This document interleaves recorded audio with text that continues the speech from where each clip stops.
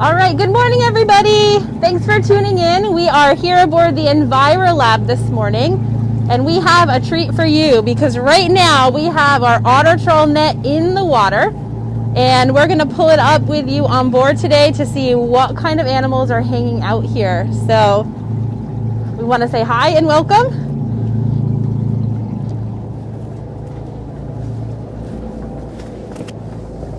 You're going to follow us into the bow cabin. We want to tell you a little bit about how this fishing net works.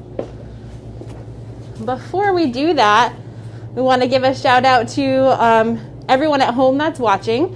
If you're watching from a school district or a town, let us know and we'll give you a shout out in the comments. So we'd love to see that. So please post that. But I want to tell you a little bit about our net and how it works. This is a traditional kind of fishing gear. We call it an Otter Trawl Net. It's deployed from the back of our boat. So this is what we would call active fishing, which means we are actively towing that net with us. What's cool about this kind of net is we don't have to put bait in it. So the idea is anything that crosses the path of our net, we should be able to catch today. So right now, we've got our trawl warps, which are basically long lines attached to our boat, and the first part that they come to on the net is actually two big wooden doors. So think of those doors almost like the cheeks of the net. They're weighted. They're going to help that net sink down and stay in contact with the bottom. This is what we call a benthic trawl, which means we're really targeting animals that are down on the bottom.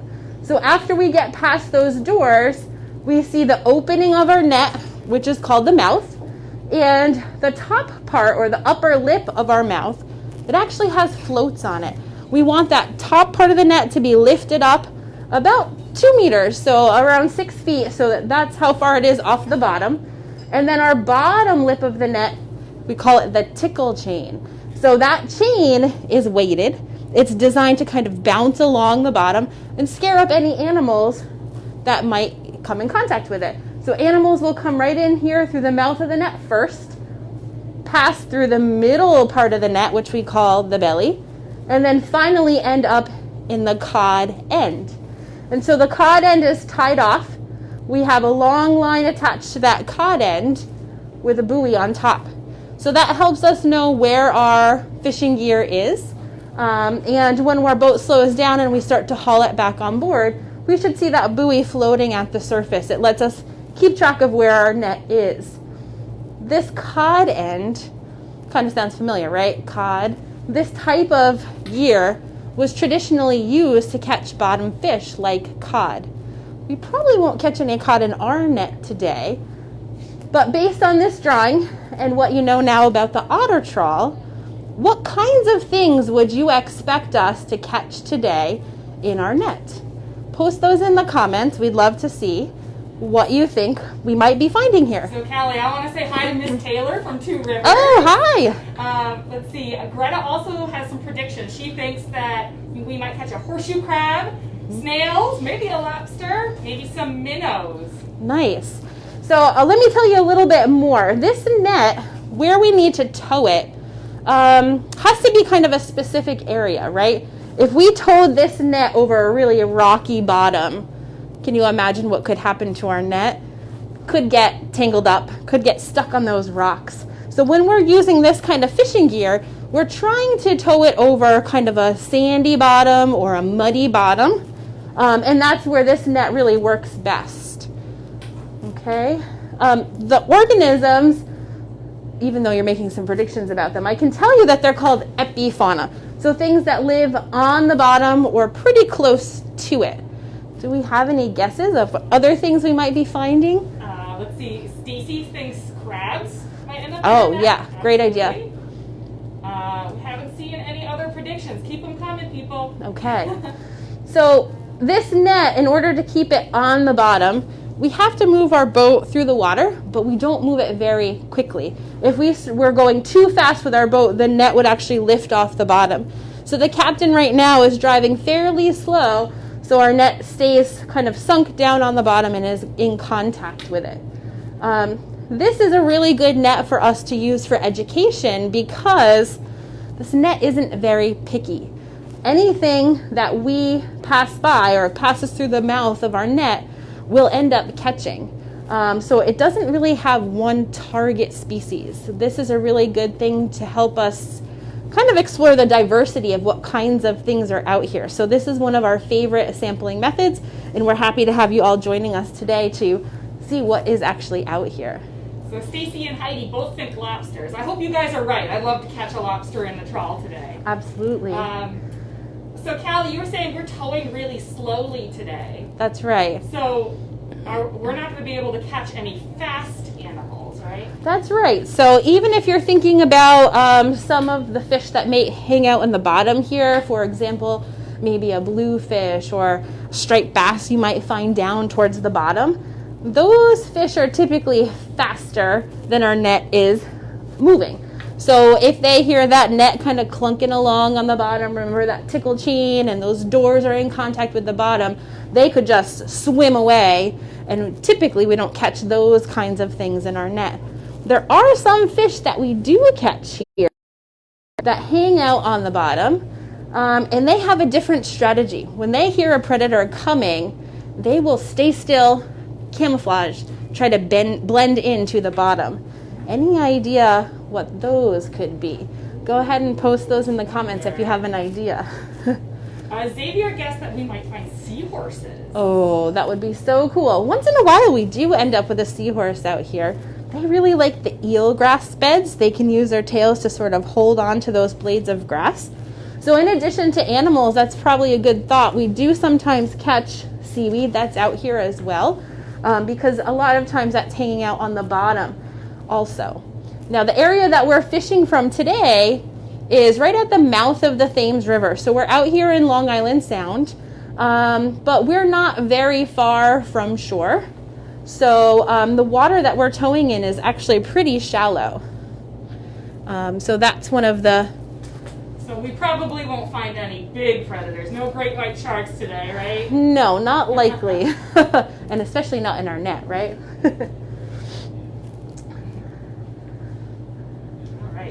Got a couple more guesses, more Sure. crabs. I got to scroll up a little bit. Crustaceans, absolutely. Molly pointed out that even a fast-moving animal might get confused and swim towards the net instead of away from it. So that's a possibility too. Yep, that's a possibility. But I like those guesses. Things that have legs, right? We can picture those hanging out and crawling around on the bottom. So those are pretty good thoughts. Crabs and lobsters. Things that might be moving a little bit slower, something like those snails. And then the fish that I was thinking about that we typically see with this kind of net would be the flatfish. So we see fluke and flounder out here. And so those fish are pretty good at just kind of hanging out, staying still, camouflaging on the bottom. And that's a good thing for our net, because as the net comes through, we're able to kind of collect those and scoop them up. We have heard some reports in the area that there have been some squid that have been around, and so this net is pretty good at catching those squid as well. The mesh size on our net is about a 1-inch diamond or so. So if the animals out here are really small, they might slip through the holes of that net. So this is good for catching things that are bigger than this size usually. Sometimes we catch smaller animals if they're holding on to something like the seaweed or the algae that we end up with in our net as well. So for us to collect some of the smaller things that are out here, we oftentimes deploy a second net, and that's called our Plankton Net. And the Plankton Net, I don't have it drawn here on our picture, but it's a much smaller mesh size, and we typically tow that net right at the surface. There's lots of plankton out here in our estuary because this is such a productive environment. And so we're really good at catching that plankton. We can find phytoplankton out here, which are the plant-like plankton. And we can also find those zooplankton or those zooplankton, which are the animal-like plankton. And again, most of those are hanging out at the surface. Can you think about why we might want to tow our plankton net in a different place than our otter trawl? What's so good about the top of the water that might not work for plankton down at the bottom? If you were thinking sunlight, then you're right. So we have sun shining towards the surface of the water. There's lots of light available there for those phytoplankton to photosynthesize. And so that's a really great place for us to tow that net. So phytoplankton depend on that sun in order to be successful here. And we also find those zooplankton because guess what? They are eating the phytoplankton in most cases. And so when we tow our plankton net at the surface, that's a really great place to be successful at catching things. So I'm going to go ahead and draw a second line, kind of show you what that looks like. It's got that same basic cone shape to it. It has a cod end as well. This cod end is actually a jar. So we end up collecting a little bit of water with our sample as well.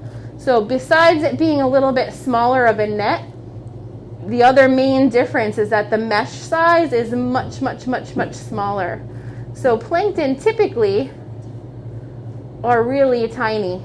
And so this kind of net has much smaller holes to allow us to catch those phytoplankton.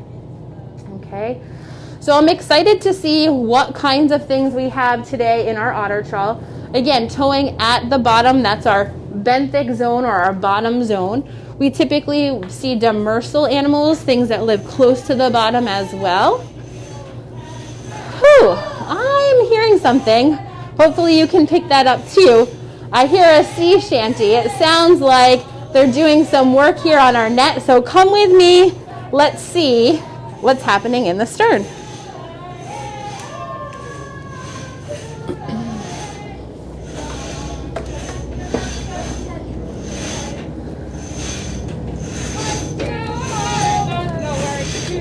All right, excellent. So we've got educators hauling the net. I'm going to go help them.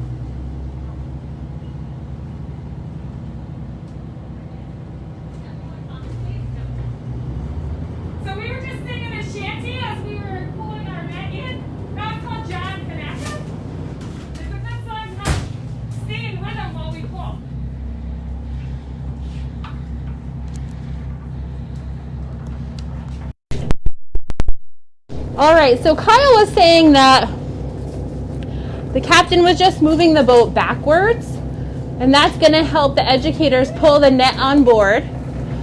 So right now, Kyle and Marissa are doing that. They're pulling the net back onto the boat. Right now, they're towards the belly, working their way towards the cod end of the net. Oh, I saw a little package down there. Looks like there are some creatures inside. The board that you see at the bottom of our screen is called the culling board. There they go. They've got the end right on that culling board. And they're going to work on untying that line to see what kind of creatures we caught. I see something that's not a creature. Yeah, if you notice anything, shout it out in the comments. Yeah, if you see anything as we start to pull animals out, something that you recognize, go ahead and post that in the comments. Debbie's getting some water on our catch. So even though they're off the bottom or they're out of the water right now, they're still safe because they're staying wet.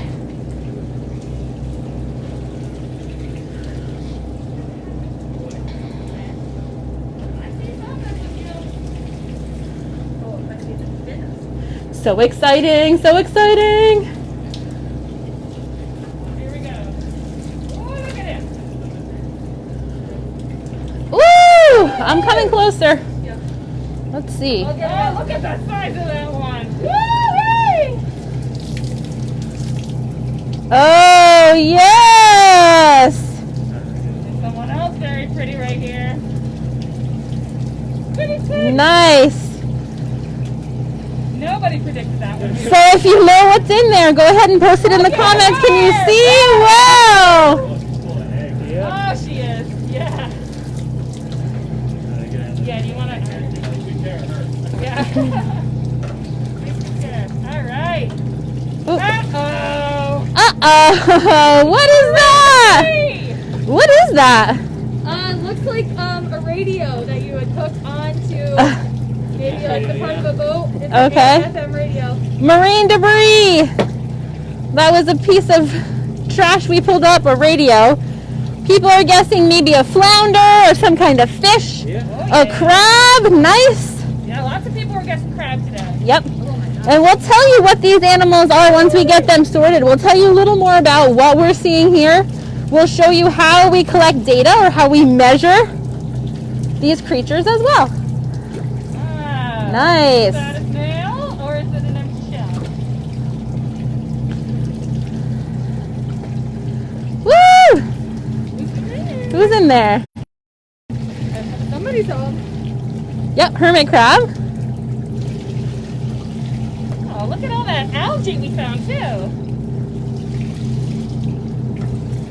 So like we were talking about those phytoplankton being the producers, these are other producers that are out here. We've got lots of algae, some kelp. Hold on for dear life.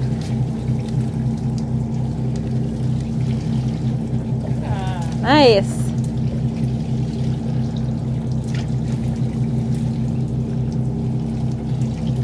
Green algae. Ooh, there we go.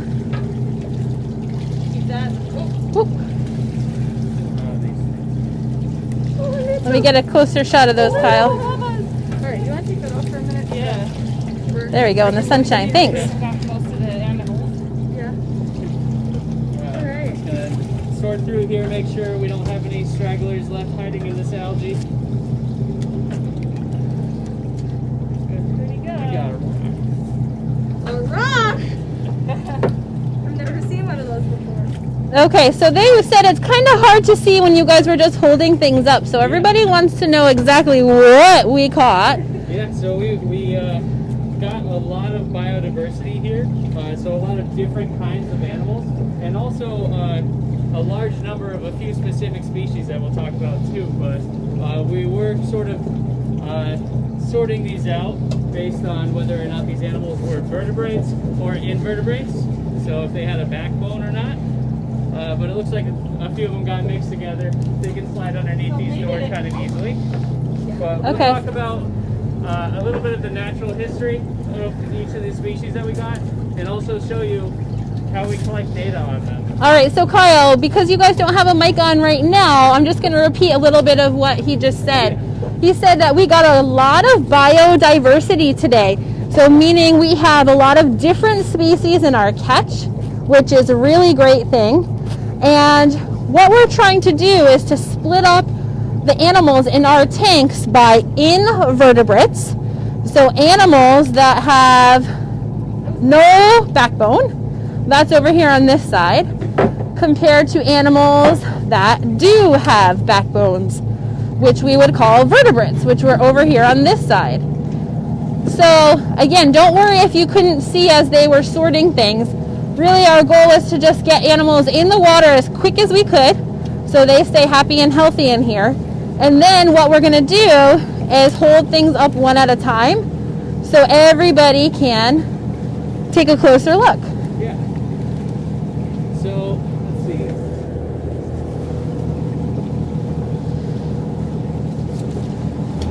Alright, so first I'm going to show you how we record data on one of each, a vertebrate and an invertebrate. We'll start out with the invertebrates because we got a lot of them, and we'll just show you how we collect data on them before we start talking about everybody else that we caught. So, first up here, we've seen these in our lives before. They are very common in the Sound this time of year. This is a common Atlantic spider crab, or a portly spider crab. And when it comes to the invertebrates, we're not going to use these big measuring boards, just because they don't typically get quite as big as our vertebrates. So what we use instead is called a caliper. All right. So this is a measuring device. We're going to identify the species. If we can determine its gender, we'll do that as well. This one right here, we can tell is a male. We've talked about how to identify the different species, the different genders in crabs before, based on the shape of their apron. So this one has a long, thin, pointed one. It's like a shape that looks kind of like a lighthouse right in the middle of its body here. That's called the apron, and since it's pointed, I know it's a male. If it was rounded, I would know it was a female. All right, so we just measure from the widest part of the shell to the widest part of the shell, and read up from there, and he is about 74 millimeters. So we'll record spider crab, male, 74 millimeters on our data sheet. Great. I'm going to put that on the data sheet right now. And I'll toss them in the back so we don't measure them twice. Now, right. for our vertebrates, we're going to use these measuring boards. Let's see, who's the one we're going to use on that? This is a big, interesting looking fish. So we'll start out with this one. All right, so I heard some of you guess that we have flounders in our catch, and you're right. This is called a summer flounder, also called a fluke. All right. Now to measure these ones, we like to get the tip of their snout to the 0 on our board and measure to the very tip of their tail here, the caudal fin. So he is about 45.5 centimeters. And that's a summer flounder. 45.5. Mm-hmm. All right, I'm grabbing one of the other invertebrates that we caught today. We caught a good amount of them too, and I'm gonna actually put them in this tank and show you. So you can kind of see the side view of them kind of moving around. So let me move this closer to you. Perfect. Move it up a little bit so it's in the sun. Wow. So, can you get a good look at that? I'll put a few more in there so you can I got one here. get more of a chance. Yeah, the sun reflection is a little tricky. Maybe. So maybe if you want to come around this way, Callie, Okay. you'll be able to get the view of them from the front. So we caught some squid in our trawl net today. So this is actually the first time we've seen them this season. And when we do see them, that's usually a good sign. It means that the water is warming up. And what do you think we're also going to start to see more of as we continue to sample the animals in Long Island Sound? So just a little hint, think of what would eat these squid. Okay, so as you can see, they're kind of laying on the bottom. This is how they would be in their normal state just here in Long Island Sound. So they're not actually actively moving around unless they're going after prey or they are trying to run away from a predator. these guys also have some pretty cool adaptations. If you know of any of their adaptations, put those in the comments. Some of them are pretty well known, while others are not. So I want to explain one of them while you're doing that. And it has to do with their coloration. So if you notice, this squid here is kind of a darker red color, whereas the one in the back, I want to just lift it up a little, is more yellow to a whitish color. So they have the ability to kind of change their coloration in camouflage, or they can be bright to kind of scare away predators, or for breeding or talking with other squid as well. So they have what we call chromatophores. So if you can see, let me get out of the sun way, there's little tiny dots that are a layer all around their body. And these dots are almost like muscles. They can expand and contract. So when they're expanded, they show off this red color. But when they contract, they're kind of creating that more yellow or that clear color. So any guesses? What's going to follow them in, or some other adaptations that they have? No, okay. No. Folks are saying that the video is breaking up a little bit for them. It keeps kind of pausing in and out. So just as a reminder, we're doing our best to keep this going, and we're going to share this again on YouTube. It'll be available. So hopefully we won't see those pauses in there. Yeah, and we can also do a little close-up video of these guys to share it later so that you'll be able to see it. Somebody was asking, is this a mother squid and its offspring, or is it something else? So these squid might be related, but most likely they are not. So squid actually create a really big gelatinous mass that has these little tendrils coming off, and each one has hundreds of thousands of eggs. So when these squid hatch from those eggs, they're very, very tiny. They're plankton. And they're kind of just floating around the surface. So they don't necessarily know their own family. So my guess would be no, they are not related. Most of them are around the same size, so they'd probably be more like siblings rather than mother and children. So you can kind of see them moving around a little bit.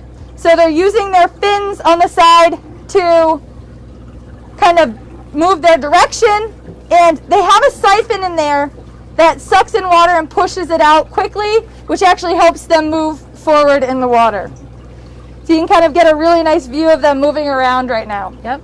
So we did ask what kinds of animals you think might follow in these squid as they come closer to shore as the water warms up. A lot of different kinds of animals will prey on squid at different stages of their life cycle. So when they're plankton, lots of Planktophores, small fish will eat them. When they get to be this size, we have seals, birds, and larger fish.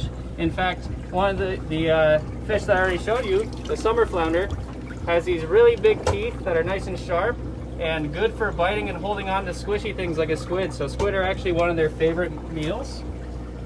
So a large fish like that would definitely follow these animals into the shallows to have a good meal on. So one of the other big vertebrates that we caught today, let me try to grab it for you. I'll hold it up quickly so you can see, and then I'll put it back in the water. So this is a blackfish, or a tautog, very sought after by fishermen, and this is a really good size one. You can see that there's a large bulge here, which tells me that it's probably a female that's bearing eggs. These fish do not normally eat squid. They like to crunch a crunchier snack.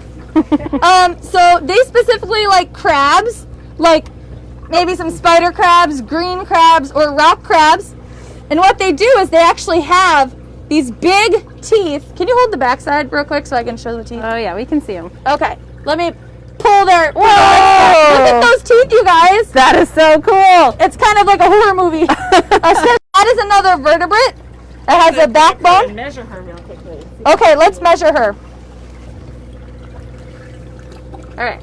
So if you remember from our Facebook Live Kyle and I did with Captain Ian, you're going to put the nose here, like you said. Push all the way out. So 46.4. All right, 46.4 centimeters. Nice. I'm going to put that back in there. We're just having... We're back. We're back. Okay. We're back, never mind. Never mind. We're back, I think. Sorry for all the technical difficulties. Out here in the field, it's a little tricky. Out here on Long Island Sound. You can see we're pretty close to shore. There's Groton behind us in New London, but... Outside of Wi-Fi strength, though. You want to grab that one right there, Kyle? Yes. All right. So we did want to show you one more animal while we still have the connectivity, and it's another good indicator that the water is warming up. All right. So this is another popular fish that anglers will go after. This one is a juvenile, so it's a little bit smaller. But this is called a porgy or a scup. So scup is the species name. Porgy is the family of fish. We'll just pop it in here so you can see it swimming around a little bit. Hopefully not scare the squid too badly.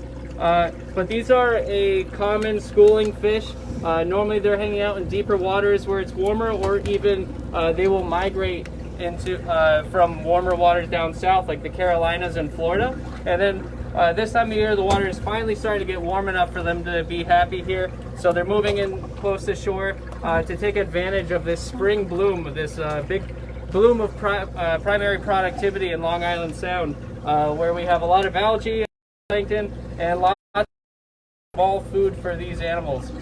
They also like to reproduce inside Long Island Sound in the estuary where it's nice and sheltered, and their young can have a little bit of a better start to their life where it's far away from large predators and there's a lot of food available. So this time of year we do start to see these. They can live about 20 years. They get about 20 inches long. But so this is a small individual, but also a really cool find here. All right. You can notice that it has these long dorsal spines, so that's for a little bit of protection. In case an animal were to come and try and eat it, it would get a mouthful of spikes. So it's a little bit protected that way, and also protected via schooling. So they can, there's safety in numbers, and they can kind of work together to confuse, disorient, or avoid predation. All right, so we want to kind of show you a little bit of a synopsis of what we've caught today. We'll go back and we'll do a few short videos on each of the animals so you can get a better look at it, and we'll post that to our Facebook after this. So Debbie's finishing up rating what we've caught, and we will give you a quick look. So we were talking about verts and inverts. So our vertebrates, we had summer flounder, the blackfish, the tautog, and 5 scup in our tanks today. We didn't measure the scup, but we'll add that to our data set after the fact. For our invertebrates, Kyle showed you the spider crab and Marissa showed you the squid, but we also had some slipper snails, the currapidula, that you'll find all over the beaches around here. Yeah, there's some growing on our radio. We also showed you a zoom in of the broadclaw hermit crab right when we were pulling the net, pulling the animals out of the cod end of the net. So we had a good mix, like Kyle said, a good mix of different animals, different size animals, and an abundance too. So it's spring, the animals are returning to Long Island Sound, and it's kind of a hopeful time of year for us. We're back out on the water trawling. If you have questions about the animals that we saw or caught in the net, add them to the comments. We'll go and check them and respond to you. We'll be live again next week, Tuesday and Thursday at 9:30, so be sure to tune in. And just before we sign off, I wanted to make sure everybody knows that when we're done with our filming, all of these animals are going to get returned into the water. So don't feel bad about the fish. I saw some of you posting comments about that. All of these animals are going to get returned back into the water, back where they came from, into their natural habitat. So we're just borrowing them for a few minutes so we can learn about them, measure them, collect our data set, and back home they go. All right. So thank you guys so much for watching. We'll see you next